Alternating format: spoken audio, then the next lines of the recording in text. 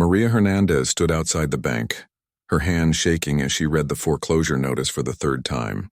The paper felt heavy in her fingers, heavier than it should for something so thin. 24 hours. That's all she had left before losing the small piece of land that had been in her family for 3 generations. The autumn wind whipped through the main street of Millbrook, a small town in Montana where everyone knew everyone else's business. Maria pulled her worn jacket tighter around her shoulders and tried to ignore the stares from people passing by. She knew what they were thinking. She could see it in their faces, hear it in their whispered conversations. "There goes Maria again," she imagined them saying. "Can't even pay her bills, typical." The debt wasn't entirely her fault, but try explaining that to the people in this town who had already made up their minds about her. When her mother fell ill 2 years ago, Maria had borrowed money to pay for the medical treatments that insurance wouldn't cover. Then her mother passed away, leaving Maria with a mountain of medical bills and a piece of land that barely grew enough crops to feed herself, let alone pay off thousands of dollars in debt.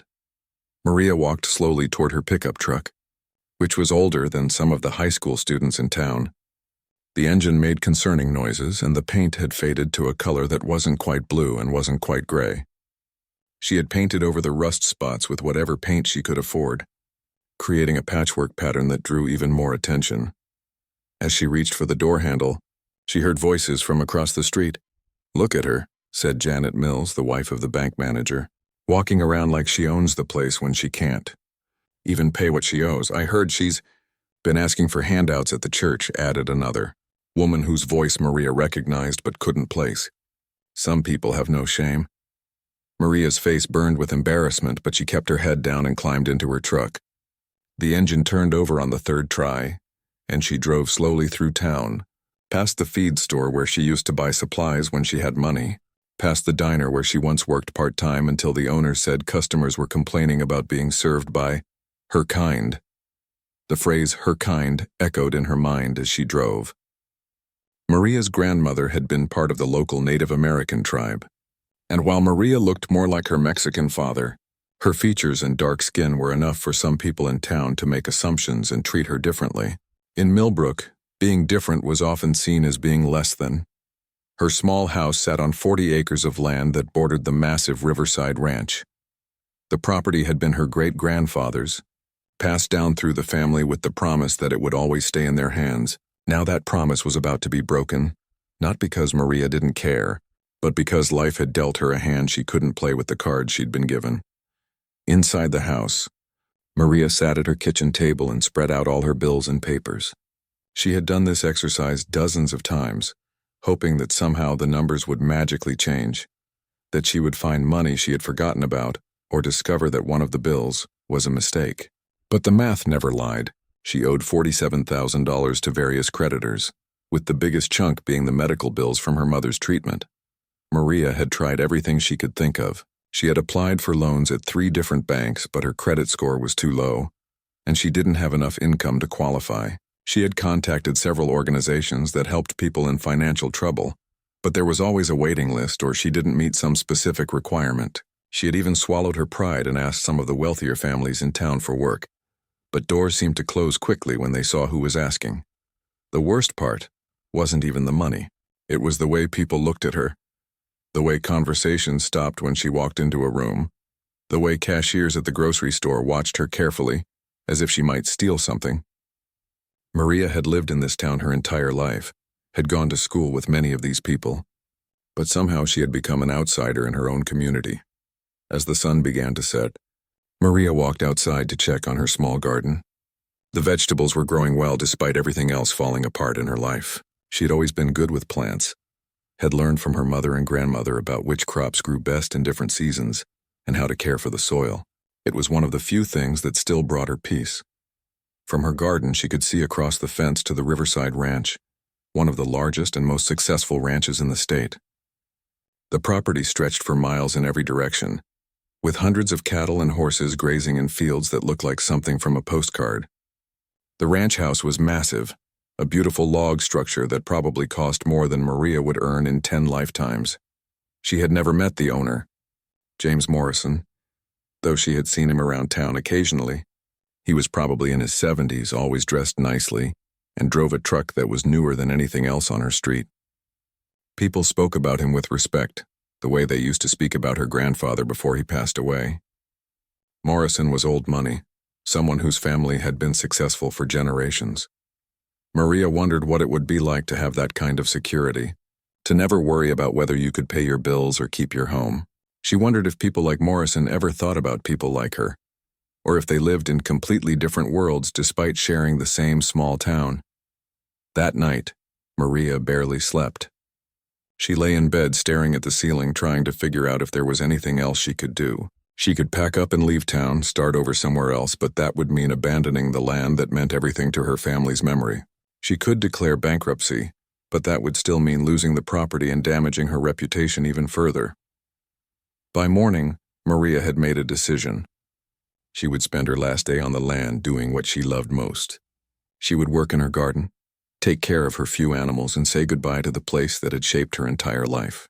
Tomorrow, the bank would take possession of the property, and Maria Hernandez would become just another person who couldn't make it in a world that seemed designed for other people to succeed. But Maria didn't know that her story was about to take a turn that would change everything she thought she knew about her town, her neighbors, and herself.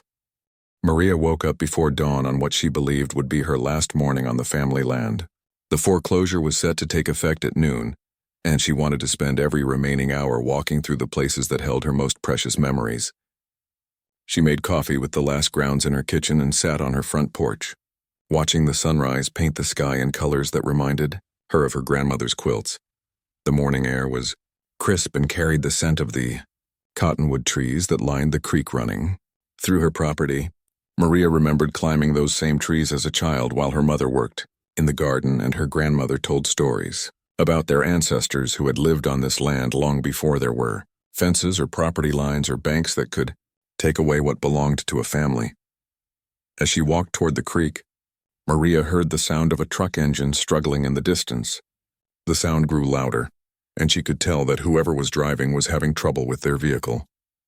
Maria had grown up around trucks and tractors, and she could diagnose engine problems by sound alone. This truck was definitely in distress. Walking toward the fence that separated her property from the road, Maria saw a large black pickup truck pulled over to the side. Steam was rising from under the hood, and an elderly man was standing beside it, looking frustrated and defeated. Even from a distance, she could tell this was James Morrison, the wealthy rancher whose land bordered hers. Maria hesitated for a moment. She had never spoken to Morrison, and given how most people in town treated her, she wasn't sure he would want help from someone like her.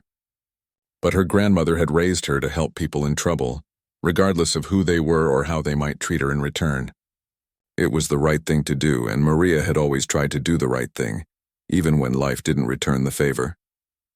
She walked across her property and called out over the fence, "Excuse me, sir. Are you having car trouble?" Morrison looked up, surprised to see someone approaching. He was older than Maria had realized, probably in his late 70s, with silver hair and weathered hands that spoke of a lifetime of hard work despite his wealth. His clothes were expensive but practical, the kind of outfit someone wore when they still worked their own land instead of just owning it. "Yes, I'm afraid so," Morrison replied, his voice carrying a slight accent that suggested he wasn't originally from Montana. "The engine just started overheating, and I don't have cell phone service out here to call for help." Maria climbed over the fence, something she had done thousands of times as a child, when the boundaries between properties seemed less important. "Mind if I take a look? I've been fixing trucks since I was 12 years old." Morrison stepped back, looking uncertain. Maria could see him taking in her appearance, her worn jeans, her work boots held together with duct tape, her dark skin, and the features that made some people in town treat her differently. But desperation won over prejudice, and he nodded. "I'd appreciate any help you can offer." Maria lifted the hood and immediately saw the problem. The upper radiator hose had burst, spraying coolant all over the engine compartment. It was an easy fix if you had the right materials, but without a replacement hose, the truck wouldn't be going anywhere. "Your radiator hose split," Maria explained, pointing to the damaged part. "The good news is it's not serious damage. The bad news is you'll need a new hose to get running again." Morrison looked defeated. "I suppose I'll have to walk back to town then. It's only about 3 miles. In this heat at your age, that could be dangerous," Maria said. I have some spare hoses in my garage that might work. Let me grab my toolbox and see what I can do." "I couldn't ask you to do that," Morrison protested. "I don't even know your name." "It's Maria Hernandez," she said, extending her hand. "And you didn't ask." "I'm offering." Morrison shook her hand, his grip firm despite his age. "James Morrison. And I'm grateful for the offer, Miss Hernandez."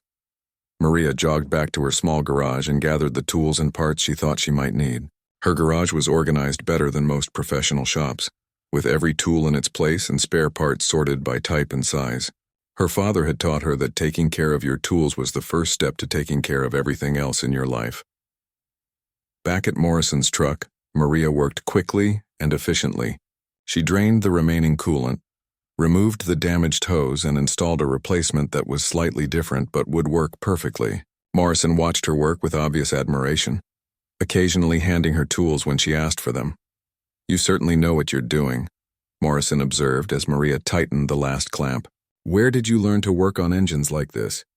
"My father was a mechanic before he died," Maria replied, wiping her hands on a rag. "He always said that knowing how to fix things was the most valuable skill a person could have. Said it made you independent." Maria refilled the radiator with coolant from a jug she had brought from her garage, then started the engine. It ran smoothly with no signs of overheating or other problems. Morrison listened to the engine for a moment, then smiled broadly. "That sounds better than it has in months," he said. "How much do I owe you for the parts and labor?" Maria shook her head. "Nothing. Just helping out a neighbor." Morrison looked puzzled. "Nothing? But you used your own parts and spent your morning fixing my truck. That has to be worth something." "My grandmother always said that what goes around comes around," Maria replied. "Maybe someday I'll need help and someone will remember that kindness matters more than money." The irony of her words wasn't lost on Maria. Here she was, hours away from losing everything she owned, talking about how kindness mattered more than money, but she meant what she said. Her grandmother had lived by those principles, and Maria had tried to do the same, even when it would have been easier to be selfish. Morrison studied Maria's face for a long moment as if he was trying to solve a puzzle. "You said your name was Hernandez. Did you know Elena Hernandez?" "She would have been about my age." Maria's heart skipped a beat. Elena was her grandmother's name, but she had died when Maria was 15. "That was my grandmother." "Did you know her?" "Know her?" Morrison laughed, but it was a warm laugh filled with fond memories. "Elena Hernandez saved my life when I was a young man. But that's a long story, and I've taken up enough of your time today." Maria wanted to ask more questions, but Morrison was already climbing back into his truck. He rolled down the window and reached into his wallet, pulling out a business card. "If you ever need anything, Miss Hernandez, please don't hesitate to call me. I mean that sincerely."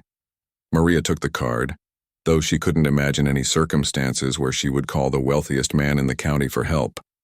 Morrison drove away, his truck running perfectly, leaving Maria standing by the fence with more questions than answers. As she walked back to her house, Maria looked at the business card. It was simple and elegant, with Morrison's name and phone number printed in gold letters. On the back, he had written something in pen. "Elena's granddaughter. Never forget the kindness of good people." Maria tucked the card into her pocket and continued her walk around the property. In a few hours, none of this would belong to her anymore. But for some reason she couldn't explain, her conversation with James Morrison had left her feeling less alone than she had felt in months. Maria spent the next 2 hours walking every inch of her property, trying to memorize details she had taken for granted her entire life. She touched the bark of the old oak tree where her father had carved her initials when she turned 16. She sat by the creek where her grandmother had taught her to identify different plants and their uses. She stood in the spot where her great-grandfather had built the original cabin, now long gone but marked by a foundation of stones that refused to be claimed by time. At 11:30, Maria saw a car pulling into her driveway. Her stomach dropped when she recognized the vehicle belonging to Tom Mills, the bank manager. He was early, probably eager to get this unpleasant business finished so he could go home for lunch. Maria walked slowly toward the house, each step feeling heavier than the last. Tom Mills stepped out of his car wearing a suit that probably cost more than Maria's truck was worth. He was a thin man with a permanent frown who had never liked Maria, though she had never been sure if his dislike was personal or if he simply didn't approve of people who couldn't pay their bills on time. His wife Janet was the woman Maria had overheard making cruel comments about her the day before. "Miss Hernandez," Mills said, not bothering with pleasantries. "I assume you know why I'm here?" "The foreclosure," Maria replied. "I know." Mills pulled a folder from his briefcase and handed her several papers. "These documents transfer ownership of the property to the bank. You have until 5 o'clock today to remove any personal belongings. After that, this will be considered trespassing." Maria took the papers but didn't look at them. She had read similar documents online and knew what they contained. Legal language that essentially said she had failed and lost everything her family had worked for over 3 generations. "There is one other matter," Mills continued, his tone suggesting he was enjoying this more than he should. "The bank has received an offer to purchase this property. The buyer is prepared to pay cash and close immediately. Who wants to buy it?" Maria asked, though she wasn't sure why it mattered. "I'm not at liberty to say, but they're offering significantly more than the property is worth in its current condition. Frankly, I'm surprised anyone wants this land. It's not suitable for large-scale farming, and the house needs substantial repairs."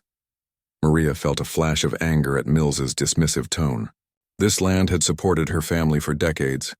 It wasn't suitable for large-scale farming because it had been farmed sustainably, the way her ancestors had taught her. The house needed repairs because she hadn't been able to afford them, not because it was inherently worthless. "I'll need you to sign here," Mills said, pointing to a line on one of the documents. "This acknowledges that you understand the terms of the foreclosure." As Maria reached for the pen Mills was offering, they heard the sound of another vehicle approaching. Maria looked up to see James Morrison's black truck turning into her driveway. He parked behind Mills's car and walked toward them with a purposeful stride that seemed unusual for a man his age. "Good morning, Tom," Morrison said to Mills, his tone friendly but businesslike. "Miss Hernandez." Mills looked surprised and slightly nervous. "Mr. Morrison, I wasn't expecting to see you here." "I imagine you weren't," Morrison replied. He turned to Maria. "Miss Hernandez, I hope you don't mind my stopping by. After our conversation this morning, I realized I had something important to discuss with you." Maria was confused. Morrison had seemed grateful for her help with his truck, but she couldn't imagine what else they would need to discuss. Mills was clearly agitated by Morrison's presence, shifting his weight from foot to foot and glancing at his watch. "Actually, Mr. Morrison, Miss Hernandez and I were in the middle of completing some bank business," Mills said. "Perhaps you could come back later?" "Oh, but this concerns the bank business," Morrison said with a smile that didn't reach his eyes. "You see, Tom, I'm the buyer you mentioned. I'm the one who made the offer on Miss Hernandez's property." Maria felt the world tilt around her. James Morrison wanted to buy her family's land. The same land that Mills had just described as barely worth owning? Mills looked confused. "But sir, I thought you were purchasing this as an addition to your ranch holdings, for cattle grazing or expanded operations." "I'm afraid there's been a misunderstanding," Morrison said. "I'm not purchasing this property for myself. I'm purchasing it for Miss Hernandez." The silence that followed was so complete that Maria could hear the wind moving through the cottonwood trees by the creek. Mills stared at Morrison as if he had spoken in a foreign language, and Maria felt like she might collapse. "I don't understand," she whispered. Morrison reached into his jacket and pulled out an envelope. "Miss Hernandez, this morning you helped me when I was stranded, expecting nothing in return. You showed me the same kindness your grandmother showed me 45 years ago when I was a young man who had lost his way in more ways than one." He handed Maria the envelope. "Inside, you'll find a cashier's check made out to the bank for the full amount needed to satisfy your debt. You'll also find the deed to your property, which will be transferred back to your name once the bank debt is cleared." Maria's hands shook as she opened the envelope. The cashier's check was for $47,000, exactly the amount she owed. The deed was there too, official and legal, with her name typed in the appropriate spaces. "I can't accept this," Maria said, though her voice came out as barely a whisper. "This is too much." "I could never pay you back," Morrison shook his head. "You're not paying me back, Miss Hernandez. You're paying it forward, just like your grandmother did for me all those years ago." Mills had gone completely pale. "Mr. Morrison, are you sure about this? I mean, the bank is prepared to proceed with the foreclosure, and you could purchase the property at a much lower price through the auction process." "Tom," Morrison said, his voice taking on an edge that suggested Mills should be very careful about his next words. "I've been doing business with your bank for over 30 years. In all that time, Have I ever asked you to do anything illegal or unethical? No, sir, of course not. Then I trust you'll process this transaction exactly as I've requested. Miss Hernandez will keep her land, the bank will receive full payment of the debt, and everyone will be satisfied with the outcome. Mills nodded quickly, clearly understanding that this was not a request but an instruction. He began gathering his papers, his earlier confidence completely gone. I'll need to return to the bank to process the payment and update the records, Mills said. Miss Hernandez, assuming everything checks out, the foreclosure will be canceled, and the property will remain in your name. After Mills drove away, Maria and Morrison stood in her driveway in silence. Maria was still holding the envelope, still trying to process what had just happened. Why? She finally asked. You don't even know me. Morrison looked out across her property, his eyes settling on the creek where the cottonwood trees grew. 45 years ago, I was a young man who had just inherited my father's ranch. I was angry, bitter, and convinced that the world owed me something. I made a lot of mistakes, hurt a lot of people, and eventually lost almost everything. He paused as if the memories were still painful. One winter night, I was driving drunk and crashed my truck into a ditch about a mile from here. It was snowing, below freezing, and I was too drunk and too proud to walk to town for help. Maria listened intently, beginning to understand where this story was leading. Your grandmother found me there the next morning. She could have left me to freeze. Probably should have given the way I had treated people in town. Instead, she brought me to her house, made me coffee, and called for help. But more than that, she talked to me like I was worth saving. Morrison turned to look directly at Maria. She told me that every person has value, regardless of their mistakes or their circumstances. She said that kindness was the only thing that could change a person's heart, and that sometimes saving someone else was the only way to save yourself. Maria felt tears forming in her eyes as she realized the full weight of what Morrison was telling her.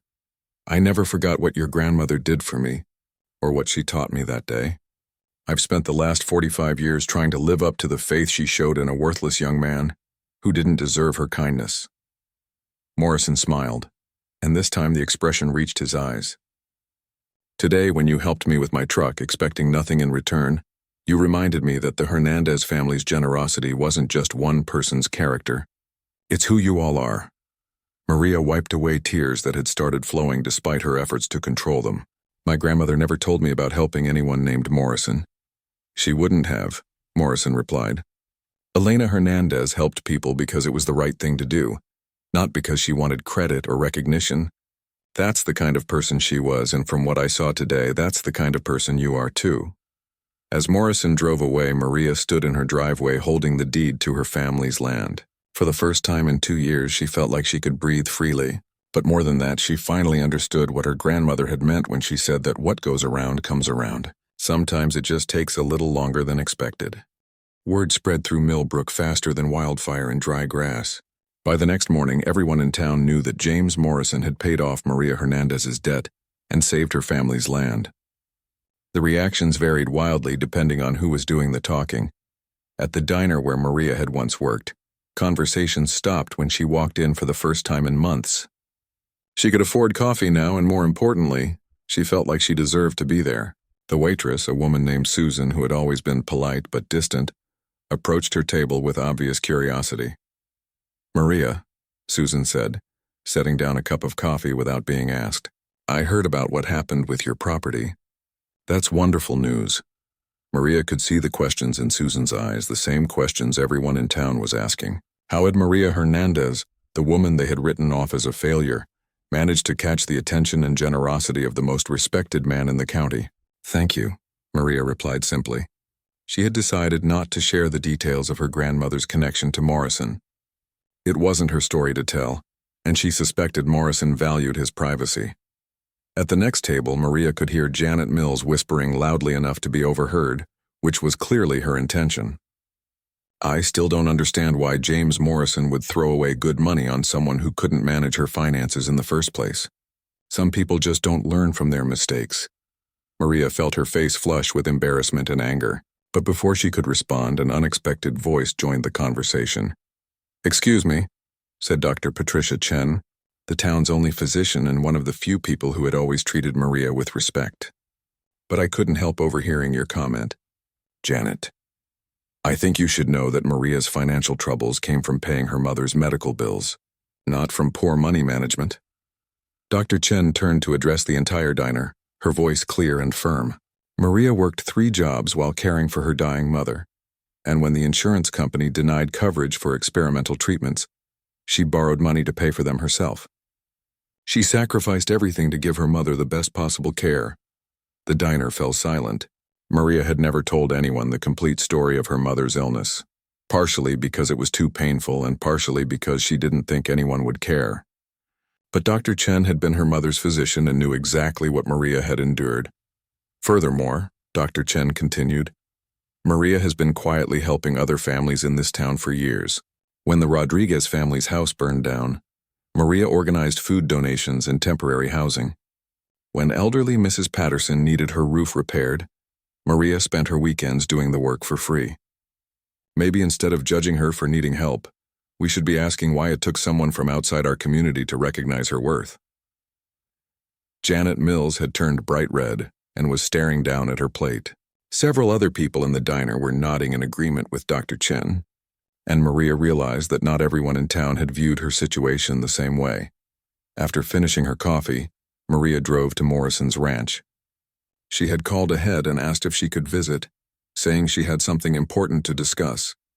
Morrison had invited her to come by any time, but Maria was still nervous as she drove through the impressive entrance gates.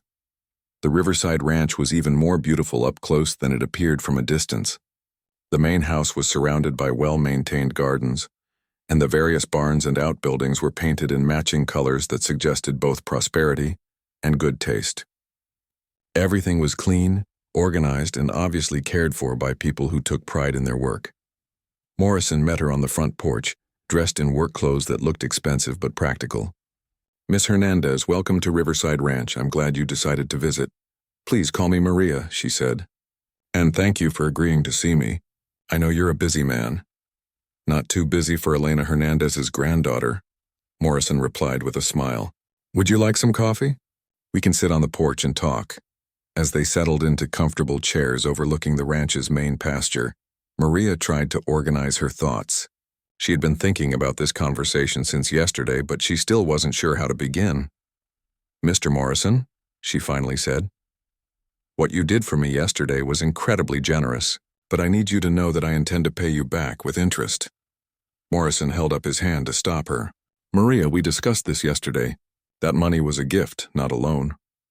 I understand that's how you meant it, Maria said, but I can't live with myself knowing I accepted such a large amount of money without earning it. My grandmother raised me to believe that people should pay their own way in life. Morrison studied her face for a moment, then nodded slowly. I can see Elena's influence in that attitude. She was fiercely independent too. But tell me, how do you propose to pay back $47,000? Maria took a deep breath. I want to work for you. I know you probably have all the help you need, but I'm willing to do whatever you'll let me do. I can fix machinery, work with animals, maintain buildings, manage crops. I'll work for whatever wage you think is fair. And you can deduct the debt payment from my earnings. That would take you years to pay back at normal ranch wages, Morrison pointed out. Then it takes years, Maria replied firmly. But I'll pay it back. Morrison was quiet for a long time, looking out at his cattle grazing in the distance. When he finally spoke, his voice was thoughtful. You know, Maria, I've been thinking about retiring. Not completely, but I'd like to step back from the day-to-day operations of the ranch. I've been looking for someone I could trust to take on more responsibility. Maria felt her heart skip a beat. Are you offering me a job? I'm offering you a partnership, Morrison said. You would manage the daily operations of the ranch, make decisions about livestock and land management, oversee the other employees. In return, you'd receive a salary plus a percentage of the ranch's profits. The offer was more than Maria had dared to hope for, but she forced herself to think carefully before responding. Mr. Morrison, I appreciate the offer, but I need to be honest with you. I've never managed a ranch this size. I don't have experience with the business side of ranching, and I don't have any formal education in agriculture or business management. But you do have something more valuable than formal education, Morrison replied. You have integrity, work ethic, and the ability to learn. You also have a connection to this land that goes back generations. Your great-grandfather understood sustainable farming before it was a popular concept. Your grandmother knew more about natural plant remedies than most pharmacists. Your mother raised you to be resourceful and independent. Morrison leaned forward in his chair. Maria, I've owned this ranch for 45 years and I've employed dozens of people during that time. Some of them had college degrees and impressive resumes. But the best employees, the ones I trusted most, were the ones who cared about the work itself, not just the paycheck. Maria felt tears forming in her eyes again. Yesterday she had been losing everything, and now she was being offered an opportunity that seemed almost too good to be true. There's one condition, Morrison continued. If you accept this position, you have to promise me that you'll stop trying to pay back the money I gave you. Consider it a signing bonus, or an investment in the ranch's future. Either way, that debt is forgiven. Maria wanted to protest, but she could see in Morrison's expression that this wasn't negotiable. Why are you doing this? Really? Morrison smiled. Because 45 years ago, your grandmother saw potential in a worthless young man and gave him a chance to become something better. Because yesterday, you showed me the same kindness she did, expecting nothing in return. And because I believe the best way to honor Elena's memory is to help her granddaughter build the kind of life she would have wanted for you. He stood up and extended his hand. So what do you say, partner? Maria stood and shook his hand, feeling the firm grip of a man who had worked hard his entire life. I say yes, Mr. Morrison, and thank you. James, he corrected. If we're going to be partners, you should probably call me James. As Maria drove home that evening, she passed through town where people were going about their usual business. Some of them stared at her truck as she passed, probably still trying to understand how her situation had changed so dramatically in just 2 days. But Maria no longer cared what they thought. She had learned something important from James Morrison and from thinking about her grandmother's legacy. Kindness wasn't just about being nice to people. It was about seeing the potential in others, especially when they couldn't see it in themselves. It was about investing in people, not because you expected anything in return, but because you believed in their ability to become something better. Tomorrow, Maria would begin learning how to manage one of the most successful ranches in Montana. It would be challenging and there would be mistakes and difficulties along the way. But for the first time in years, Maria felt like she was exactly where she was supposed to be. 6 months later, Maria stood in the main barn of Riverside Ranch at 5 a.m, checking on a mare that was about to give birth. The horse was restless, and Maria's experience told her the foal would arrive within the next few hours. She had spent countless nights like this since accepting James's partnership offer, and while the work was demanding, she had never been happier. The transformation in Maria's life had been remarkable, but it hadn't been easy. Learning to manage a ranch with over 500 head of cattle, 50 horses, and 2,000 acres of land had required her to stretch beyond everything she thought she was capable of. James had been patient but demanding, expecting her to learn quickly and make decisions that affected the livelihood of 12 employees and thousands of animals. Maria had thrown herself into the work with determination that surprised even herself. She woke up before dawn every day to check on the animals, spent her evenings studying ranch management books and veterinary guides, and used her weekends to shadow James as he made business decisions. The other ranch employees had been skeptical at first, wondering if this woman with no formal ranching experience could really handle the responsibility James had given her. But Maria had proven herself through action rather than words. When a late spring blizzard threatened the newborn calves, she had organized the crew to work around the clock, bringing the most vulnerable animals to shelter and ensuring they had adequate food and warmth. When the ranch's main water pump failed during the hottest week of summer, Maria had diagnosed the problem and jury-rigged a temporary solution that kept water flowing to all the pastures until replacement parts could be delivered. The mare shifted uncomfortably, and Maria moved closer to examine her. The foal was definitely coming soon, and while most births went smoothly, Maria wanted to be ready in case complications arose. She had assisted with dozens of births over the past months, learning that each one was different and that successful ranching required constant vigilance and preparation. As she worked, Maria thought about how much her relationship with the people of Millbrook had changed. The transformation hadn't happened overnight, and some people remained skeptical of her sudden change in fortune. But gradually, as word spread about her competence and dedication at the ranch, attitudes began to shift.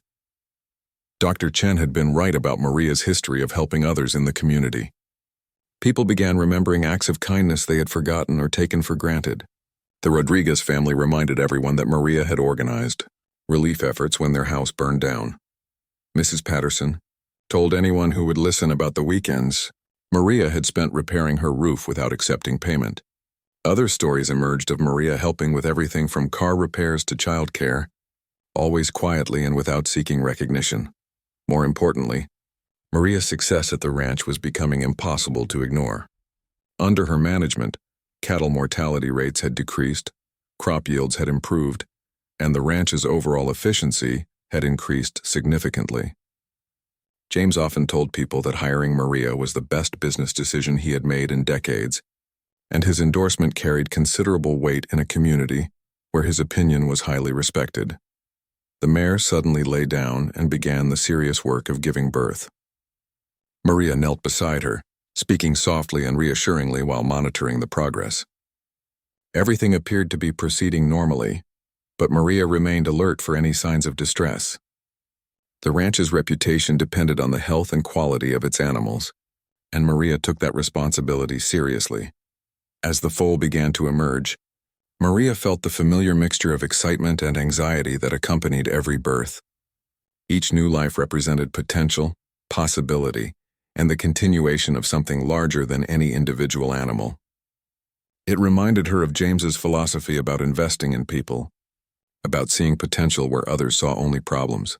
The foal arrived healthy and strong, a beautiful bay colt that began trying to stand within minutes of birth. Maria cleaned him gently while the mare recovered, then stepped back to watch as mother and baby began the bonding process that would shape the colt's early development.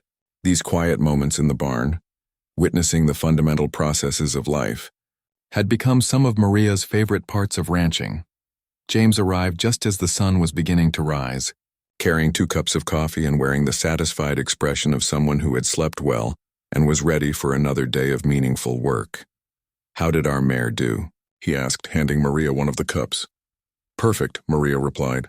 "Strong, healthy colt. Mother and baby are both doing well." James nodded approvingly as he examined the new foal. "He's going to be a good one. Look at those legs, that chest. This bloodline continues to produce excellent animals." They stood together in comfortable silence, watching the colt explore his new world. 6 months ago, Maria couldn't have imagined herself in this situation, discussing bloodlines and ranch management with one of Montana's most successful ranchers as an equal partner, rather than an employee. "Maria," James said, "I've been thinking about something and I wanted to discuss it with you." Maria felt a flutter of anxiety. In her experience, conversations that began this way usually involved bad news or difficult decisions. "I've been considering expanding our operations," James continued. "There's a ranch adjacent to our southern border that's coming up for sale. The owners are retiring and moving to Arizona. It would add another 800 acres to our holdings, plus about 200 head of cattle." Maria did quick mental calculations. The expansion would represent a significant investment and would require additional employees, equipment, and management oversight. It would also substantially increase their potential profits if managed correctly. "What do you think?" James asked. "Are we ready to take on something that big?" The fact that James was asking for her opinion on such a major decision showed how much trust he had developed in her judgment. 6 months ago, Maria had been facing foreclosure on 40 acres. Now she was being consulted about purchasing 800 acres and expanding one of the region's most successful ranching operations. "I think we should look at the numbers," Maria said carefully. "If the land is good quality and the cattle are healthy, it could be a smart investment. But we'd need to make sure we have the infrastructure and personnel to handle the increased workload." James smiled. Spoken like a true rancher. That's exactly the kind of thinking this decision requires.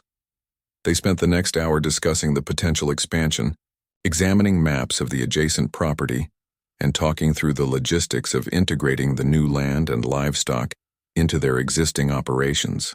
Maria found herself thinking strategically about issues she would never have considered relevant to her life just months earlier. As they talked, Maria realized that this conversation represented more than just a business decision. James was treating her as a full partner, someone whose opinion carried equal weight in determining the ranch's future. He wasn't just giving her a job or helping her out of financial difficulty. He was investing in her potential as a rancher and business partner, The mare and her foal had settled into a comfortable routine, with the colt nursing successfully and the mother showing all the signs of a healthy recovery. Maria made notes in the ranch's breeding records, documenting the birth and the colt's initial condition. These records would be important for tracking bloodlines and managing the ranch's breeding program. "There's one more thing I wanted to discuss," James said, as they prepared to leave the barn. "I think it's time we made your partnership official. Legal documents, profit-sharing agreements, the whole arrangement properly documented." Maria felt her heart skip a beat. "Are you sure? I mean, I've only been here 6 months. "Maria," James said, "in those 6 months you've shown more dedication and competence than some people show in their entire careers. You've earned this partnership through your work, not through charity or sentiment." As they walked back toward the main ranch house, Maria thought about the journey that had brought her to this moment. A year ago, she had been struggling to keep her family's small plot of land, facing foreclosure and the judgment of people who saw her as a failure. Now she was a partner in one of Montana's most successful ranches, respected for her skills and trusted with major business decisions. But the most important change wasn't in her circumstances. It was in how she saw herself and her potential. James Morrison and the memory of her grandmother had taught her that kindness wasn't just about helping people in immediate need. It was about believing in their ability to grow and succeed, even when they couldn't see that potential themselves. The sun was fully up now, and the ranch was coming alive with the sounds of another day beginning. Maria finished her coffee and prepared to tackle whatever challenges the day would bring, knowing that she was exactly where she belonged.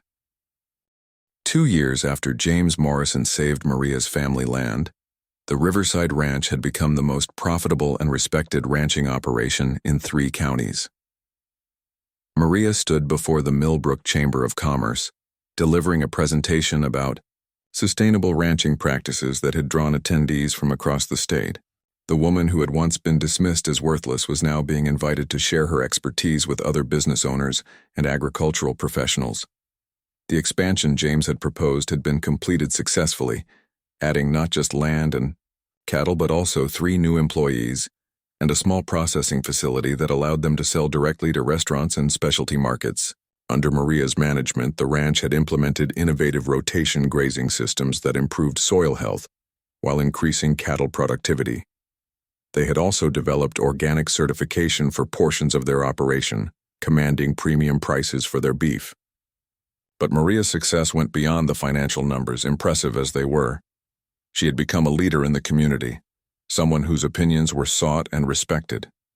The transformation in how people viewed her was complete, though it had taken time and consistent demonstration of her competence and character. After her presentation, Maria was approached by several ranchers who wanted to learn more about the techniques she had implemented. Among them was Robert Chen, Dr. Patricia Chen's husband, who owned a smaller ranch on the other side of the county. "Maria," Robert said, "that presentation was incredible. The results you've achieved with rotational grazing are exactly what I've been trying to accomplish on my land. Would you be willing to consult with us? We could pay your usual rates." Maria smiled at the irony. 2 years ago, she couldn't get anyone in town to hire her for basic labor. Now she was being asked to serve as a consultant to other ranchers who wanted to learn from her success. "I'd be happy to help," Maria replied. "But let's talk about it over coffee instead of making it a formal consulting arrangement. Neighbors should help neighbors." Robert looked surprised but pleased. "That's very generous of you." "Not generous," Maria said.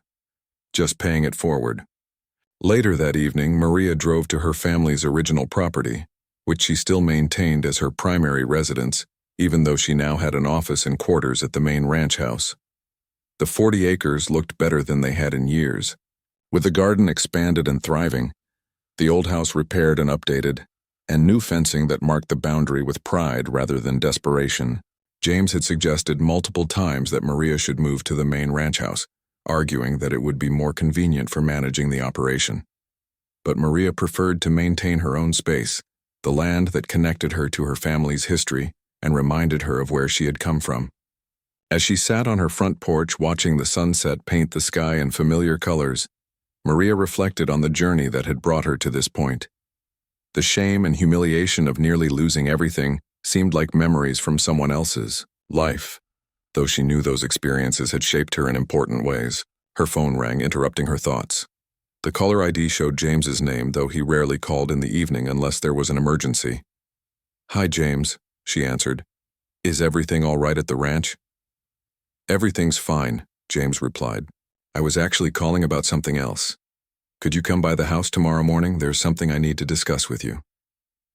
Maria felt a familiar flutter of anxiety, the same feeling she had experienced 6 months earlier when James had wanted to discuss the ranch expansion. "Of course, is 10 o'clock good?" "Perfect, and Maria? Bring a good pen." After hanging up, Maria wondered what could require a good pen. Legal documents, she supposed, though she couldn't imagine what kind of paperwork they needed to handle. The partnership agreement had been finalized months ago, and all the expansion documents had been completed and filed. The next morning, Maria arrived at the main ranch house to find James waiting on the porch with coffee and what appeared to be a substantial stack of documents. He looked more serious than usual, and Maria's anxiety increased. "Good morning," James said, handing her a cup of coffee. "Thank you for coming by." "You're making me nervous," Maria admitted. "What's all this about?" James smiled, but it was the kind of smile that suggested he was about to deliver news that would change everything. "Maria, I'm 82 years old. I've been ranching for over 50 years, and I've been blessed to build something substantial and meaningful. But I'm getting to the age where I need to think seriously about the future." Maria's heart sank. James was going to retire completely, or sell the ranch, or make some other change that would end the partnership that had transformed her life. "I've been working with my attorneys and financial advisors," James continued, "to develop a plan for ensuring that the ranch continues to operate successfully long after I'm no longer able to be involved." He picked up the stack of documents and handed them to Maria. "These papers transfer full ownership of the Riverside Ranch to you, effective immediately.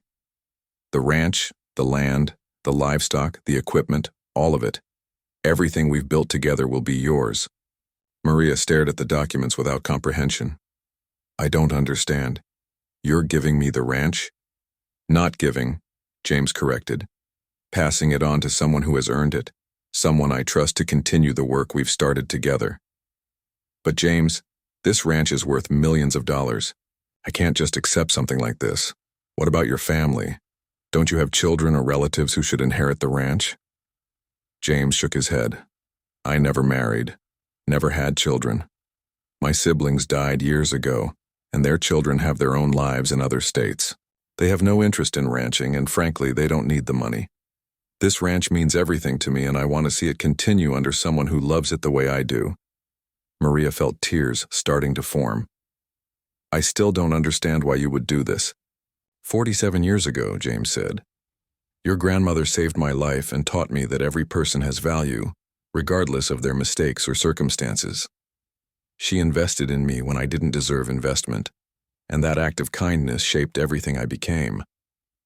He gestured toward the ranch that stretched out before them. "Everything you see here exists because Elena Hernandez believed in the potential of a worthless young man. This ranch, this success, this legacy, it all started with her kindness." James leaned forward in his chair. 2 years ago, you showed me the same kindness your grandmother did. You helped a stranger expecting nothing in return, and in doing so, you reminded me of who I wanted to be. But more than that, you've proven, through your work and dedication, that you're exactly the kind of person who should be entrusted with something this important." Maria wiped away tears that had started flowing despite her efforts to control them. "What will you do? Where will you go?" "I'm not going anywhere," James replied with a laugh. "If you'll have me, I'd like to stay on as an advisor and occasional hand. I'm too old to manage a ranch, but I'm not too old to help with the work or offer advice when you need it." Maria looked down at the documents in her hands, legal papers that would make her one of the wealthiest landowners in the state. The magnitude of the gift was almost incomprehensible, but more overwhelming than the financial value was the trust James was placing in her. "There is one condition," James said. "Someday, when you're my age and ready to step back, I want you to find someone worthy to pass this on to. Someone who will love the land and the work the way you do. Someone who will continue the legacy of stewardship and community that we've tried to build." "Someone like my grandmother helped you," Maria said, beginning to understand the full circle of kindness that had brought her to this moment. Exactly, James confirmed. The best way to honor Elena's memory and to justify the faith I'm placing in you is to ensure that this ranch continues to be a positive force in the community for generations to come. Maria signed the documents with shaking hands, officially becoming the owner of the Riverside Ranch. As she signed her name, she thought about her grandmother, who had died not knowing that her simple act of kindness to a struggling young man would eventually result in her granddaughter inheriting one of Montana's most successful ranches. That afternoon, Maria drove through Millbrook for the first time as one of the town's most prominent business owners. She stopped at the diner where she had once been afraid to show her face, where people had whispered about her failures and questioned her worth. Susan, the waitress who had served her coffee during her darkest days, approached her table with obvious respect. "Maria, congratulations on your new position. The whole town is talking about how James Morrison made you the owner of the ranch. That's incredible news." "Thank you," Maria replied. "It's a big responsibility, but I'm ready for it." As she sipped her coffee, Maria listened to conversations happening around her. People were discussing her success with admiration and respect, speculating about her plans for the ranch and expressing pride that someone from their community had achieved such remarkable success. Janet Mills was sitting 2 tables away, the same woman who had once made cruel comments about Maria owing money. Now she was telling her companions about how she had always known Maria was special and how some people just need the right opportunity to show what they're capable of. Maria didn't feel angry about the hypocrisy. Instead, she felt something closer to understanding. People's opinions changed based on circumstances, and success had a way of rewriting history in people's minds. What mattered wasn't what people had thought about her when she was struggling, but what she did now that she had the power to make a difference. As the sun set on another day, Maria stood on the front porch of the main ranch house looking out over land that now belonged to her. The responsibility was enormous, but so was the opportunity. She had been given a chance to honor her grandmother's legacy, to continue James's work, and to build something meaningful that would outlast her own lifetime. In her pocket, she still carried the business card James had given her 2 years ago, the one where he had written Elena's granddaughter, "Never forget the kindness of good people." Now she understood that the kindness of good people wasn't just something to remember, but something to practice, something to pass on, something to build a life around. Tomorrow would bring new challenges, new decisions, and new opportunities to make a positive difference in her community. But tonight, Maria Hernandez, owner of the Riverside Ranch, sat on her porch and watched the stars appear in the Montana sky, grateful for the journey that had brought her home.